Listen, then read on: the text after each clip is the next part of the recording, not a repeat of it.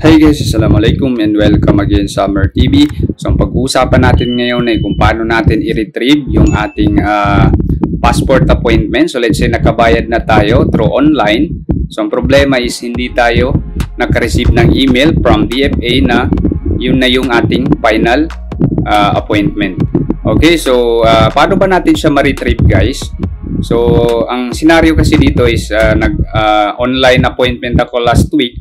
So, June 1 na ngayon. So, ang schedule is June 4. So, ang problema, wala pa akong na-receive na email from DFA na yun na yung final na appointment. Okay? So, paano ba natin siya i-retrieve? So, ganito lang guys. So, first, open natin itong Chrome.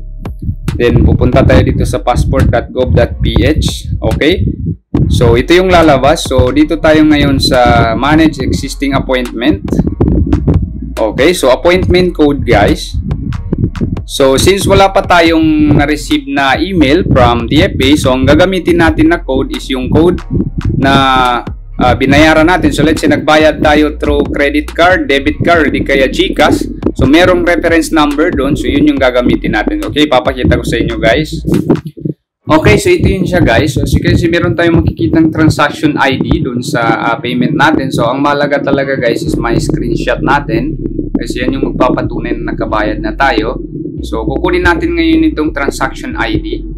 Okay. Okay, so ayan. Nalagay na natin yung reference number dun sa binayaran natin na appointment. So, ilalagay natin dito sa appointment code. So, susubukan natin ngayon i-retrieve yung ating passport appointment, yung details, yung confirmation ng ating schedule. Okay? So, ilalagay lang natin yung email na ginamit natin, guys. Okay, so, ayan. Then, check lang natin itong I'm not a robot.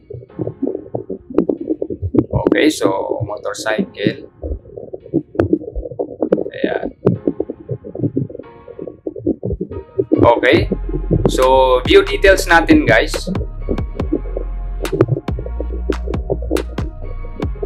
Okay, so wait lang natin.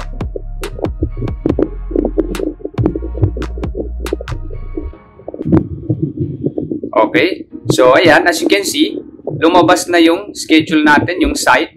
So, Jensan, Tuesday, June 4. So, ayan na siya, guys.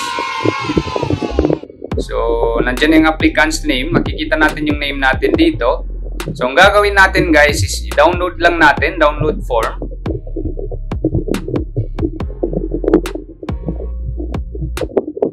Okay. Okay, so ayan yan. Naka-download na, guys.